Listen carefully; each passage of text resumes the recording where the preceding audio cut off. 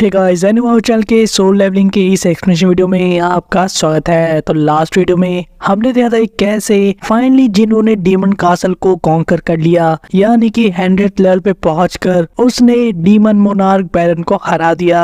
वही दूसरी तरफ हमने देखा था कि कैसे जापान से भी सबसे बड़ी गिल्ड जो कि एशिया की सेकंड नंबर गिल्ड है, उसके टोटल 11 एस रैंक हंटर आए हैं कोरिया के अंदर, ताकि वो जिन्हों की कंट्री को हेल्प कर सके जेजू आइलैंड के रेड में। हमें इनका लीडर भी दिखाया गया था जिसका नाम था ग्योतो रोजी। और स्टोरी में आगे बढ़ने से पहले चैनल को सब्सक्राइब कर ले ताकि आपको नोटिफिकेशन मिलते रहे और स्टोरी में आगे बने रहें।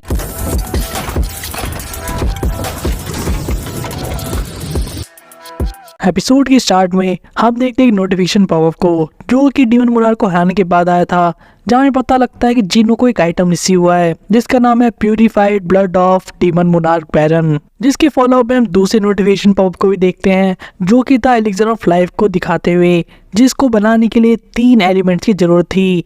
एक तो वुडन जो कि 75 फ्लोर पे मिला था, उसके बाद एक और एलिमेंट जो चीज़ 50 रैंक पे मिली थी, और फाइनली वो थर्ड एलिमेंट जो कि अब जिन्हों को मिल चुका था। चाहे नोटिफिकेशन ये पूछा था क्या जिन उसको बनाना चाहता है या नहीं, लेकिन यहाँ पे एक ट्विस्ट था। इसके अंदर बताया जाता है कि ये बनेगा नहीं, ये चीज़ पे डिपेंड करता है कि इसको बनाने वाले का इंटेलिजेंस लेवल क्या है। जहाँ जिन्हों भी अपने ऊपर को लेकर उतना श्योर तो नहीं था, जहाँ पे आइजल भी इस चीज़ को नोटिस कर लेती है और पूछती हुई जिन्हों से कि आखिर क्या हुआ ऐसा, लेकिन जिन्हों को जवाब नहीं देता। जहाँ पे वो सिलेक्ट करता है और ऑर्डर करता है कि इसे बनाना चाहता है, यानी कि एलिक्सर ऑफ लाइफ को। जब ऐसा होते हुए देखते भी हैं नोटिफिकेशन के अंदर, और लकीली ये चीज़ पॉसिबल भी हो जाती है, यानी कि जो एलिक्सर ऑफ लाइफ के लिए अभी तक जिन्हों इतनी मेहनत की थी वो चीज़ फाइनली अब बन चुकी थी, और जिन्हों ये चीज़ रिसीव भी कर लेता है। जब जी उसको देख के हैप्पी तो काफी था, लेकिन वो अभी सोच रहा था क्या ये चीज फाइनली ठीक कर सकती है इसकी मदर की इटर्नल स्लम्बर को, यानी कि एक ऐसी डिजीज जिसमें आदमी कोमा में चला जाता है बहुत ही लंबे समय के लिए।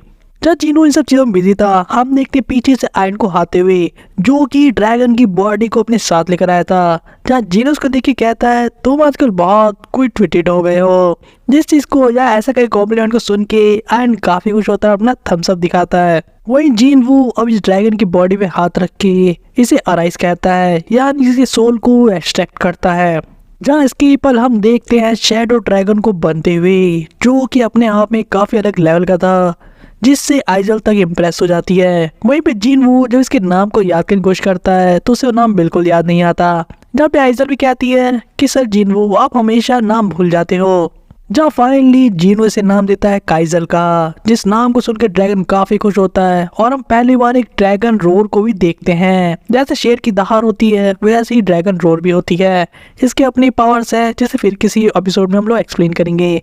वही स्टोरी में हम आगे बढ़ते हैं जहाँ हम देखते हैं कि आइजल इस ड्रैगन को देख के काफी खुश थी। जहाँ उसका कहना था कि इसके यूज से हम वापस काफी जल्दी घर पहुंच सकते हैं और हमें काफी बड़ी सी पार्टी को ऑर्गेनाइज करना चाहिए। और इसे आइजल के फादर यानी कि किंग भी काफी खुश होने वाले हैं, लेकिन जिन्हो इसे साफ मना कर देता है। जहाँ उसके पीछे रीजन बताता है कि उसे किस चीज को टेस्ट करना है, जहाँ वो एलिक्सर ऑफ लाइफ को रेफर कर रहा था एक तरीके से। वही जीन वो एलिक्सर ऑफ लाइफ को लेके जोन आउट था। आइजल काफी सारी बातें बोल रही थी, जहाँ पे जो वो नोटिस कर लेती है कि जिन्हों ध्यान नहीं दे रहा तो दूसरी चीज में बिजी हो जाती है। वहीं भी हम देखते हैं जिन्हों को फाइनली अपने रिवॉर्ड्स को लेते हुए, जहाँ पे सबसे पहले नोटिफिकेशन में हम देखते उसे एक और नई स्किल मिली थी जिसका नाम था शैडो एक्सचेंज लेवल 1। वही इसके साथ बहुत सारे पॉइंट्स तो मिलते ही हैं। यहाँ पे एक और नया टाइटल भी मिलता है जिन्हों को, यानी कि डीमन हंटर का। वही जिन्हों का इंटरेस्ट सबसे ज्यादा स्किल के अंदर था जो उसे मिला था, यानी कि शैडो एक्सचेंज, जिसका मतलब ये था कि वो कहीं से भी अपने शैडो में जहाँ पे वो प्रेजेंट हो उनके साथ एक स्टेट के अंदर ही टेलीपोर्ट कर सकता है। यानी कि फॉर एग्जाम्पल उसका एक शैडो अमेरिका में है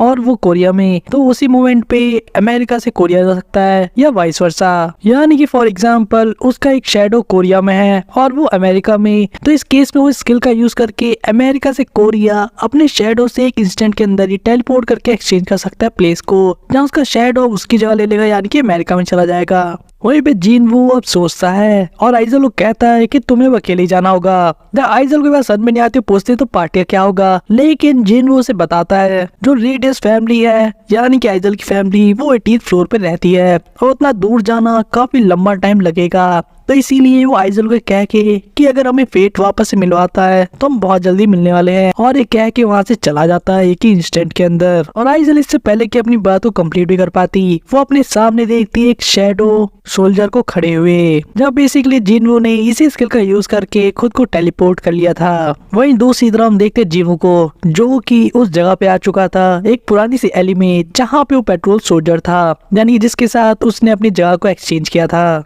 जहाँ से नोटिफिकेशन थ्रू अब ये पता लगता है कि उस स्किल का यूज अब नेक्स्ट 3 घंटे तक नहीं कर सकता।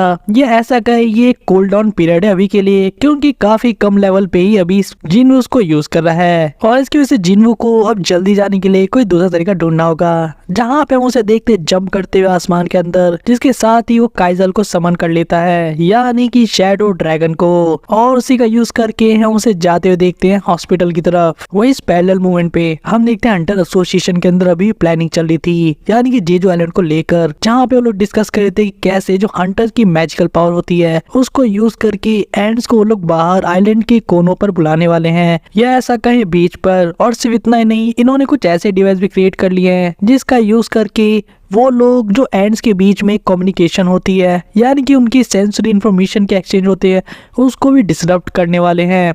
ऐसा समझ लो जैसे कि जैम किया जाता है ना डिवाइस को, ठीक वैसे ही। और यही वो पर्टिकुलर मोमेंट होगा जिसके अंदर जो स्पेशल फोर्सेस होंगी वो जाएंगी एंड के नेस्ट में और क्वीन को एलिमिनेट कर देंगी।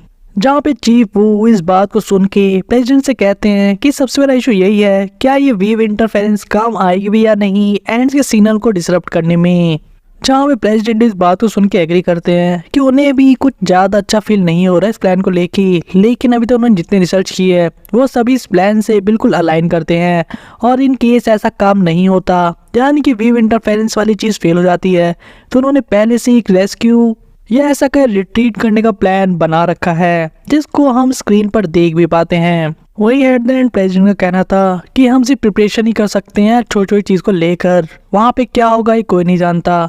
वहीं पे वो पूछते चीफ वो से, क्या तुमने एस रैंक हंटर जिन्वो से बात की, जहाँ पे चीफ वो बताते हैं कि अभी तक वो लोग उसको कांटेक्ट नहीं कर पाए थे। वही अब सीन शिफ्ट होता है और हम देखते हैं 2 एस रैंक हंटर को आपस में बैठ के कुछ टाइम स्पेंड करते हुए, जो कि कोई और नहीं बल्कि वाइटर गिल्ड के गिल्ड मास्टर बेक क्योन हो और साथ में एक दूसरा एस रैंक हंटर जो कि रिटायर हो चुका है उसको ड्रिंक करते हुए देखते हैं। जब बेक के थ्रू में पता लगता है कि इस बंदे का नाम है ब्यूंगो। जहाँ एक तरफ बेक काफी सीरियस था, वहीं पे ब्यूंगो मजाक करते हुए कहता है अगर तुम इतनी टेंशन लोगे तुम और भी जल्दी बुढ़े होने वाले हो। जहाँ ये बात थोड़ी सी अजीब और बुरी तो लगती है बेक को, लेकिन वो अपना पॉइंट आगे रखते हुए कहता है मुझे एक चीज समझ में नहीं आती, एक एस रैंक हीलर मिन ब्यूंगो जो कि उन कुछ गिने चुने हंटर्स में से एक है पूरे वर्ल्ड में, जो कि तब रिटायर हो गया जबकि उसके हाथ पैर बिल्कुल ठीक हैं, और वो भी बिल्कुल यंग एज के अंदर। जब एक यू रिवील करता है कि कैसे ये इसका एक ऐसा दोस्त है जो कि जीनी और मंडे दोनों में इसका साथ दिया करता था। वहीं पे हम फाइनली देखते हैं मिस्टर गू को भी सीरियस होते हुए, जहां वो बेक से पूछता है कि क्या वो सही सीरियस है इस रेड पर जाने के लिए,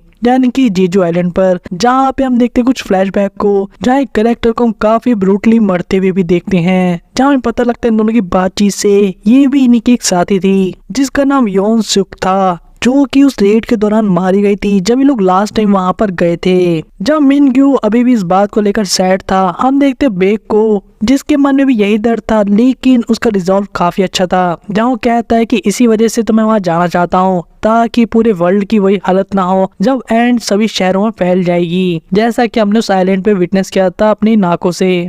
जब मिनगो एक स्माइल साथ कहते हैं कि तुम इतने पेट्रियोटिक कब से हो गए, जहाँ बेक का कहना था जहाँ ड्रिंक तो कह रहा था कि वैसे ही मुझे जाना तो पड़ेगा ही, क्यों ना मैं किसी अच्छी रीजन के लिए वहां पर जाऊं। जब मिनगो कहता हमारी फ्रेंड ने भी यही बात कही थी, यानी कि जो जीजू एंड पे मारा गया था और साथ ही वो मना भी कर देता है कि अगर तुम मुझे यहाँ पे इनवाइट करने के लिए आए हो उस रेड के अंदर तो मैं नहीं जाने वाला। लेकिन बेक उसको बात पूरी भी नहीं करने देता और कहता है कि मैं तुम्हें गुड बाय कहने के लिए आया था, क्योंकि मोस्ट प्रोबेबली मैं शायद तुम्हें वापस कभी ना मिल पाऊँ। वो मिन को अपनी लाइफ के बारे में बताता है, जहाँ वो कहता है कि वो सिविल सर्विसेज के एग्जाम देने की सोच रहा है, जो बात तो काफी शॉकिंग थी बेक के लिए। और उसके पीछे रीजन सिर्फ एक ही था, वो और भी ज्यादा खून खराबा नहीं देख सकता था, और वैसे भी वो सिर्फ हिस्ट्री में अच्छा था, तो इसीलिए ये एग्जाम काफी टफ होता है। जैसा अपने इंडिया में भी होता है आईएएस का एग्जाम, ठीक वैसे ही वहाँ भी काफी डिफिकल्ट एग्जाम होता है, और वो हिस्ट्री में अच्छा है, इसलिए वो इसी के थ्रू इस एग्जाम को देना चाहता है। जब मिंगू का कहना था, तुम्हें पता है ना कि मुझे हिस्टोरिकल ड्रामास कितने ज्यादा पसंद है।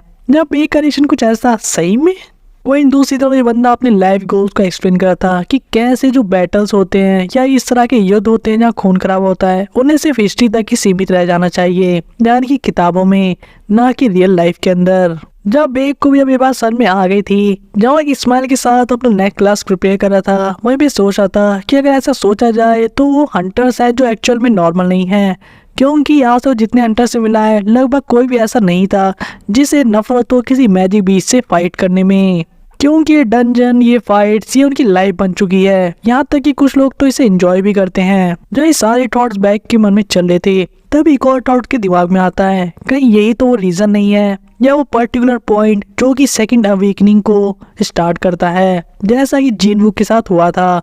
लेकिन तभी हम देखते हैं मिंगू को इसको इंटरप्ट करते हुए बीच में ये कहते हुए, तुम फिर से टल्ली तो नहीं हो गए योर एक्सीलेंसी, जैसे हम किसी राजा को कहते हैं। जब बेक का कहना था कि बोला तुम इस तरह से बात क्यों कर रहे हो, जो कि एक्चुअल में रेफरेंस था हिस्टोरिकल बुक्स में कैसे राजा महाराजाओं को कहा जाता है, ठीक वैसे ही वहीं पे इसके सीन शिफ्ट हो जाता है और हम देखते हैं बिल्डिंग को, बेसिकली जो कि एक हॉस्पिटल था जहाँ पे जिनवू की मदर एडमिट थी।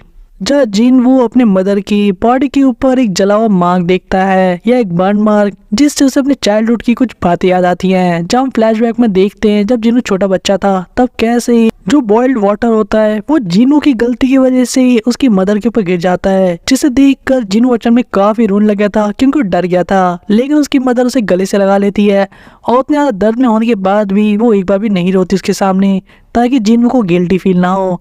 वहीं प्रेजेंट में जिनवू अब एलिक्सर ऑफ लाइफ को समन करता है, जहाँ पे वो सोच रहा था कि कोई नहीं जानता कि मेरी मदर इसको पी भी पाएंगे या नहीं, या इसको पीने के बाद वो ठीक भी होंगे या नहीं, लेकिन उसे फिर भी विश्वास था। जहाँ पे हम फ्लैशबैक देखते हैं जब एक वीक जिनवू था और उसके बाद उसका प्रोग्रेस कैसा हुआ, जहाँ पे उसे विश्वास था कि उसने काफ़ी सारे मिरेकल्स देखे हैं सिस्टम की वजह से, और पॉसिबल है कि उसकी मदर फाइनली अब ठीक हो सके। तो जिनवू फाइनली एलिक्सर ऑफ लाइफ को अपनी मदर को पिलाने लगता है, जहाँ हम देखते हैं इतना पावरफुल होने के बाद भी उसके हाथ कांप रहे थे काम करने में। जहाँ दवाई देने के कुछ मिनट्स बाद ही जिनवू हम लोग विटनेस करते हैं कि जो बर्न मार्क था इसकी मदर के नेक के ऊपर, वो चीज़ गायब हो जाती है। साथ एक अजीब सी मिस्टीरियस सी लाइट भी निकल रही थी जिनवू की मदर के अंदर से, जहाँ पे उनका फेस अब पहले से काफ़ी ठीक हो गया था। लेकिन उनको उठते ना देखकर जिनवू अपने मन में ही लगातार प्रे कर रहा था और सोच रहा था कि कैसे उसकी मदर अब कब अपनी आंखें खोल दें, क्योंकि वो सिर्फ उन्हीं के लिए इतने टाइम से फाइट कर रहा था और ग्रो कर रहा था। इतनी सारी मुश्किलों को इसने सिर्फ इसलिए झेला ताकि अपनी मदर को ठीक कर सके। जहाँ दूसरी तरफ उसकी सिस्टर को भी देखते हैं, जो कि काफी अंदर से बेचैन हो रही थी, क्योंकि वो पूरी दिन आज फोकस नहीं कर पाई थी, जिसके पीछे से पता नहीं था। लेकिन हम समझ सकते हैं कि आखिर कितना बड़ा दिन था उसके ब्रदर और उसकी मदर के लिए। जहाँ पे हम कुछ समय बाद फाइनली जिनू की मदर को उठते हुए देखते हैं, जहाँ पे जो जिनू को अपने पास बैठे हुए देखती हैं तो उन्हें याद आता है कि जब लास्ट टाइम देखा था तो जिनू कैसा था और अब कैसा है। जहाँ पे जिनू ने बताता है कि कैसे उन्हें 4 साल से भी ज़्यादा हो चुके हैं जब वो इस नींद से उठी हैं।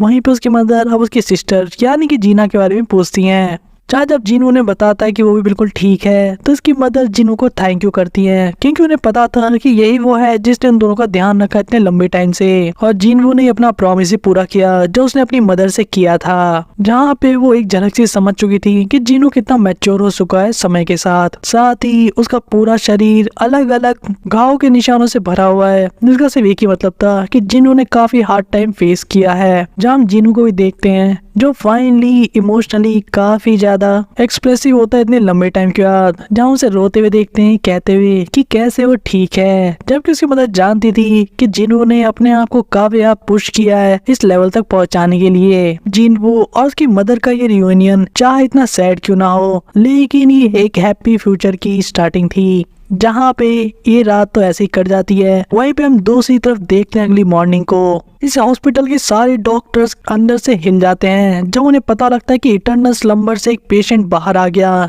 क्योंकि पहला ऐसा केस था पूरे वर्ल्ड के अंदर। और सिर्फ इतना ही नहीं, डॉक्टर अपने सीनियर डॉक्टर को बता था कि जो जिन्हों की मदर है उनके अंदर कोई भी एबनॉर्मलिटीज नहीं है, यानी उनकी बॉडी पूरी तरह से फिट है। और सिर्फ इतना ही नहीं, पेशेंट और उनकी फैमिली उनको तुरंत हॉस्पिटल से डिस्चार्ज करके घर ले जाना चाहती है, जो कि और भी ज्यादा शॉकिंग था इस सीनियर डॉक्टर के लिए। वही इस मोमेंट पे हम जीना को भी अपनी मदर को देखते हैं, जो कि काफी इमोशनल हो गई थी अपनी मदर को ऐसे उठे हुए देखकर। वहीं पे उसकी मदर भी काफी शॉक हो गई थी, क्योंकि जीना काफी ग्रोन अप हो गई थी इतने समय में। जब जीन को ये सब देख के उसे डांटता भी और कहता है कि जब मैं गया हुआ था 1 वीक की ट्रिप पे तो तुमने खूब मौज किया मेरे पीठ पीछे। जैन की मदर एक स्माइल साथ कहती है कि चलो कोई नहीं, पिछले 4 साल के बाद हमें वैसे ही पहली बार मौका मिला है सब कुछ वापस से शुरू करने का, तो उसे हम क्यों ना इस क्लीनिंग से स्टार्ट करें। जब हम तीनों को सफाई करते हुए देखते हैं, जहाँ पे अपना जिन वो उसे भी काम करना पड़ रहा था, जो कि एक एसरेंक हंटर था। वहीं पे उनकी मदर को ये घर वापस देकर काफी अच्छा फील हो रहा था। वहीं पे जीना का कहना था कि आखिर ये घर है भी तो इतना अच्छा, क्योंकि जब से वो लोग जन्म लिए थे तब से वो यहीं रह रहे थे। जहाँ जीन वो सभी को ऐसा हैप्पी देख के काफी खुश था, वहीं पे उसे अभी भी थोड़ा सा अजीब लग रहा था अंदर ही अंदर, जिसका रीजन उसे पता नहीं था। पर हम देखते हैं कैसे उसकी मदर एक फैमिली फोटो को देखकर जीन उसे पूछती है कि उसके फादर ने इन पिछले 4 सालों में उन्हें कांटेक्ट करने की कोशिश की है क्या। तो उसकी मदर आगे कैसे बताती है कि उन्होंने न्यूज में देखा कि जीन वो भी एक हंटर बन चुका है, जहाँ बताती है कि उसके जो फादर थे वो भी एक फायर फाइटर थे हंटर बनने से पहले, और जिन्हों की मदर ने उसके पास से इसीलिए शादी की थी क्योंकि उन्हें काफी कूल लगते थे फायर फाइटर की ड्रेस में, जो कि लोगों की जान बचाया करते थे, जो चीज काफी कूल थी इनकी मदर की पर्सपेक्टिव से। और यही सेम गुण जीनू के अंदर भी आया है। जब अपने भाई की ऐसी तारीफ सुन के जीना कहाँ पीछे रह सकती थी। वो कहती कि मैं भी इसलिए पढ़ाई कर रही हूँ ताकि मैं डॉक्टर बन सकूँ, लोगों को ठीक कर सकूं। जहाँ इनकी मदर कहती है फाइनली हाँ तुम्हारे अंदर भी वही गुण है। जहाँ हम थोड़ा सा हंसी मजाक होते हुए देखते हैं, वहीं पे जीनू को किसी का कॉल आता है। वहीं पे हम दूसरी तरफ हंटर एसोसिएशन के ऑफिस को देखते हैं, जहाँ पे वो और साथ ही प्रेसिडेंट को बात करे थे। जहाँ चीफ वो का कहना था कि कैसे प्रेसिडेंट ने प्रेस कॉन्फ्रेंस काफी अच्छे से की और चीजों को हैंडल कर लिया, क्योंकि इस तरह की न्यूज जनरली लोगों में पैनिक मचवा देती है। जब प्रेसिडेंट को बताते कि उन्होंने सोचा नहीं था कि वो इनको विजिट करेगा प्रेस कॉन्फ्रेंस के बाद, जहाँ पे हमें पता लगता है अमेरिका के एक S rank national level Hunter के बारे में, यानी कि थॉमस आंद्रे। जहाँ चीफ वो कहते हैं कि उन्होंने भी नहीं सोचा था कि वो यहाँ पर आएगा। वहीं भी प्रेसिडेंट को कहते हैं कि जो ये टाइमिंग है उसका यहाँ आना काफी रीजनेबल है, क्योंकि उसकी जो पावर है वो किसी एक देश की मिलिट्री के लेवल जितनी है, या ऐसा कह सकते हैं बंदा रियल टर्म्स में 1 मैन आर्मी है। लेकिन इस तरह के लोग जनरली जो दूसरे देश होते हैं यानी फॉरेन कंट्रीज, उनकी किसी भी चीज में इंटरवीन नहीं करते जल्दी, क्योंकि जियोपॉलिटिक्स के बहुत सारी चीजें होती हैं और इम्प्लीकेशंस बहुत सारी कंट्रीज पे। जब चीफ वो पूछते हैं कि अगर ऐसा है तो यहाँ पर किस लिए आया था, जब प्रेसिडेंट को कहते हैं कि जैसा थॉमस बता रहा था तो उसके अकॉर्डिंग वो तो बस इस कंट्री से गुजर रहा था, और हो सकता है उसे हमें इंटिमिडेट करने आया हो हंटर वांग को लेकर, यानी कि पर्सन जो कि जिन्हों को मारने के लिए आया था कोरिया में कुछ टाइम पहले। या इसके पीछे ये रीजन हो सकता है कि थॉमस आंद्रे किसी चीज को वेरीफाई करने के लिए आया इस पर्टिकुलर कंट्री में। वही प्रेसिडेंट को अभी भी बहुत सारी चीज सोच रहे थे, लेकिन वो चीफ वो से पूछते हैं क्या हंटर सांग से अभी कांटेक्ट नहीं हो पाया, जिसपे चीफ वो बताते हैं उसे कि नहीं उनसे कांटेक्ट हो गया है और जिन्हों किसी भी समय यहाँ पर आता ही होगा। जहाँ कुछ समय बाद हम जिन्हों को आते हुए देखते हैं, जो ऑफिस के अंदर प्रेसिडेंट गो और जिन्हों के अंदर बातचीत होती है, और डिस्कशन में हमें पता लगता है कैसे 4 दिन बाद अब रेड होने वाली है। वहीं भी प्रेसिडेंट को कहते हैं कि जो प्लान था यानी कि जेजू आइलैंड को खत्म करने का, वो उनका बहुत ही लंबा पुराना सपना है एक तरीके से, और इसमें वो जीनवू को हेल्प करने के लिए मनाना चाहते हैं। जब जीनवू इस ऑफर को सुन के सोचने पड़ जाता है कि बहुत ही अच्छी अपॉर्चुनिटी है उसकी लेवल अप करने की, और इस तरह की अपॉर्चुनिटी को पास तो बिल्कुल नहीं करना चाहिए। और वो बिल्कुल यही सेम चीज सोचता पहले अगर होता तो, लेकिन अब उसकी मदर उसके पास है, जहाँ पे उसे अपनी मदर और सिस्टर के बारे में याद आ रहा था। और इससे पहले कि जीन वो कुछ जवाब दे पाता, वो तभी एक अजीब सी मैजिकल वेव्स को फील करता है, जहाँ पे उसकी स्किल भी एक्टिवेट हो गई थी, जहाँ पे समझ में नहीं आता है ऐसा कौन कर सकता है। वहीं पे प्रेसिडेंट को उसे बताते हैं तुमने इतने दूर से भी चीज को सेंस कर लिया। और अब जीनो को पता लगता है कि बेसिकली मैजिकल वेव्स आ रही है उस जिम से जिसके अंदर एस्ट्रिक हंटर प्रैक्टिस कर रहे हैं। जब प्रेसिडेंट को ये भी ऑफर करते हैं कि अगर जीनो इंटरेस्टेड है तो वहाँ पे जाकर देख सकता है इस वार्म अप को। वहीं दूसरी तरफ इस जिम के अंदर के सीन को भी दिखाया जाता है जो कि काफी डोप था देखने में, तो क्योंकि एक तरफ तो व्हाइट एयर गिल्ड का गिल्ड मास्टर और दूसरी तरफ भी दूसरा एस्ट्रिक हंटर था जो कि दूसरों से काफी खतरनाक तरीके से और फ्यूरियस तरीके से लड़ रहे थे। वहीं जीनो ये बात सुन के सोच रहा था कि कैसे हंटर्स का ट्रांसफॉर्मेशन स्किल होना भी ये रूमर सच था। वहीं पे जोई अब दूसरे हंटर्स को भी दिखाता है और उनके बारे में बताता है कि कैसे ये लोग नाइट गिल्ड से बिलोंग करते हैं। उसके साथ ही हम दूसरे एस्ट्रिक हंटर को भी आते हुए देखते हैं जहाँ पे जोई कहता है तो ये लोग भी यहाँ आ गए। जीनो उनको देख रहा था और परख रहा था। वहीं पे जोई ने बताता है कि ये लोग जापान के एस्ट्रिक हंटर हैं जो कि एक सबसे बड़ी गिल्ड से बिलोंग करते हैं और इनका गिल्ड मास्टर है गोतो रियोजी। जापानीज हंटर में से एक को हम ये पूछते देखते हैं एक ट्रांसलेटर से कि आखिर वो बंदा कौन है। जहाँ जीनो की तरफ इशारा करी थी वहीं पे इंस्ट्रक्टर ने बताती है कि वो बंदा कौन है, यानी कि कोरिया का 10th एस रैंक हंटर सांग जिनवू। जब गोतो रियोजी एक झलक में देख के बता देता है कि देखने से पता लग रहा है कि कितना highly skill assassin type Hunter होगा जिनवू। जहाँ पे ये बात ट्रांसलेटर थोड़ा सरप्राइज करती है और वो इन्हें इन्फॉर्म करती है कि नहीं वो कोई असैसिन टाइप हंटर नहीं है बल्कि एक मेज है, यानी कि जो समनिंग मैजिक का यूज करता है। जब गोतो रियोजी अंदर ही अंदर इस बात से एग्री नहीं कर रहा था क्योंकि वो मैजिकल पावर और मैजिकल ऑरा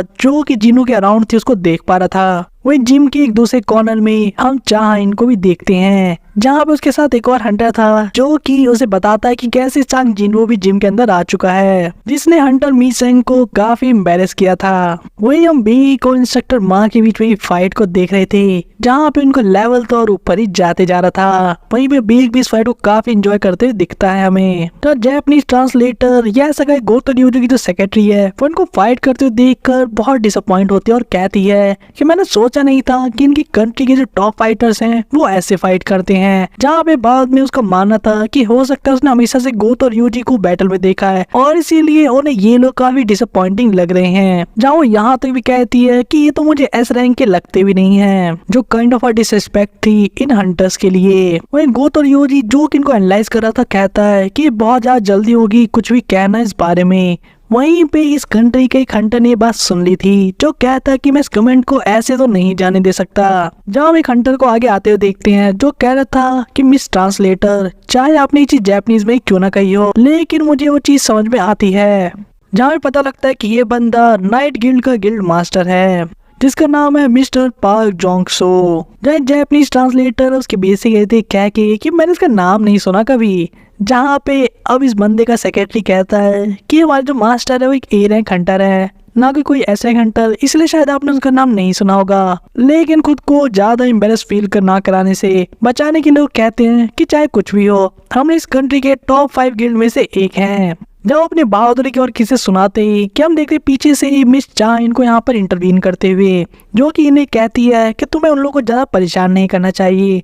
लेकिन नाइट गिल्ड का बंदा उन्हें बताता है कि कैसे ये वो नहीं थे जो उन्हें परेशान कर रहे थे बल्कि जापानीज बंदे थे जो उन्हें कमजोर कह रहे थे। जहाँ गोतो रियोजी कहता है कि बहुत अच्छी टाइमिंग है ये क्योंकि हम सब यहाँ पर हैं तो क्यों ना एक प्रैक्टिस मैच को किया जाए जो कि सिर्फ एस रैंक हंटर के बीच में होगा। जब इस बात को सुन के नाइट गिल्ड का गिल्ड मास्टर कहता है तुम मुझे यहाँ से भगाने की कोशिश कर रहे हो क्योंकि वो ए रैंक हंटर था। तो इस पे गोतो रियोजी कहता है कि तुम इस गेम की रूल्स को चूज कर सकते हो जो बात उसे पसंद आती है। वह हम पीछे से चोई को और प्रेसिडेंट को भी आते देखते हैं जिनू के साथ, जिन्हें देखकर गोतो रियोजी कहता है कि जो मेज होते हैं या फिर नॉन कॉम्बैट हंटर जैसे कि चोई और जिनवू उनकी स्ट्रेंथ को नापना बहुत मुश्किल है इसलिए उनको भी एक्सक्लूड किया जाता है। जब बी के सुझाव को सुन के एक और अलग से सुझाव देता है जहाँ कहता है कि अगर सिर्फ कॉम्बैट पावर वाले हंटर फाइट कर सकते हैं तो इस केस में अगर गेम के अंदर किसी भी हंटर की कलाई को पकड़ लिया जाए या उसकी पीठ को टच कर दिया जाए या जमीन पर धराशायी होने पर उस चीज को एज अ लॉस कंसीडर किया जाएगा। यानी कि मैच हराने के लिए यही 3 चीज कंसीडर की जाने वाली हैं। और इतना नहीं, बेक ये भी कहता है कि जो मैच होगा वो 1-1 नहीं होगा, बल्कि हम सब लोग एक साथ फाइट करने वाले हैं। जब बेक ने ये सजेशन इसलिए दिया था क्योंकि आइलैंड के अंदर भी कुछ इसी तरह की सिचुएशन हो सकती है जो काफी क्योटिक होगी और टीम वर्क में काम करना होगा, जहाँ पे फाइनली गोतोरियोजी इस चीज को मान लेता है और हम देखते दो टीम को बनते हुए जो कि 4-4 एस रैंक हंटर की टीम में बटे हुए थे।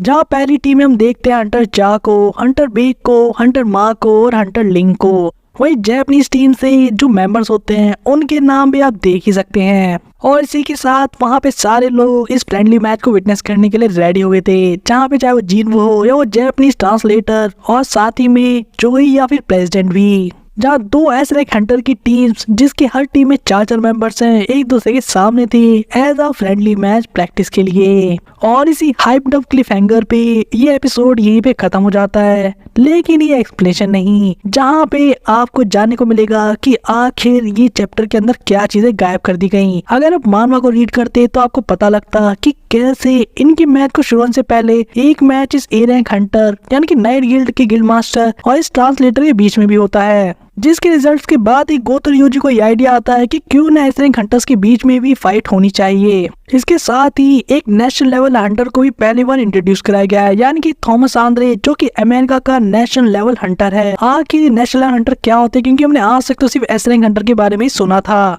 तो अगर आप इन सब चीजों को जानना चाहते हैं तो आप हमें कमेंट करके बता सकते हैं, ताकि हम स्पेसिफिक वीडियोस इन टॉपिक्स के ऊपर भी ला सकते हैं आपके लिए। लेकिन साथ ही अगर आपको एक्सप्लेनेशन पसंद आ रहा हो तो वीडियो को लाइक कर दे, चैनल को सब्सक्राइब कर दे, वीडियो ज्यादा शेयर करें और साथ ही बेल आइकन को भी ऑन करना ना भूलें, क्योंकि जो अगला एपिसोड का एक्सप्लेनेशन आएगा वो सही में काफी जबरदस्त होने वाला है। क्योंकि आपको पता लगेगा कि आखिर गोतोरियोजी को इतना हाइप अप क्यों किया जा रहा है और वो बंदा गिल्ड मास्टर क्यों है जापान की सबसे बड़ी गिल्ड का। तो इसी के साथ मिलते हैं नेक्स्ट वीडियो में।